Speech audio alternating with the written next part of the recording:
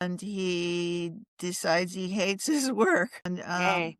he is it's a very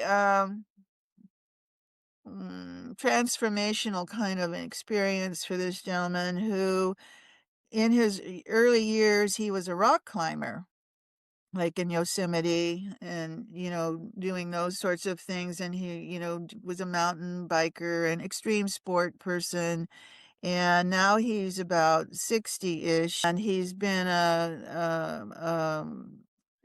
software engineer for all his, earning years. And he decides he hates his work. He decides he hates what he's doing. He has a breakdown. It's not constantly talking about it, but it's part of why he has to hike this trail.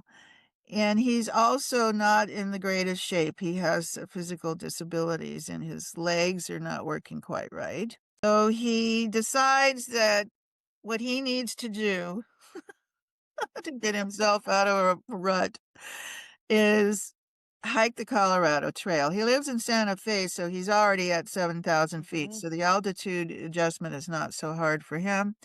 But he has to do the trail in segments, which, a lot of people take one little, piece of the Pacific Crest Trail or the Appalachian Trail, and in this case, the Colorado Trail, and he does it some of them by himself. And it takes him 6 years, but he does it, and he does it. And there are many times when he's on this trail that he's frightened, because sometimes he's out there by himself.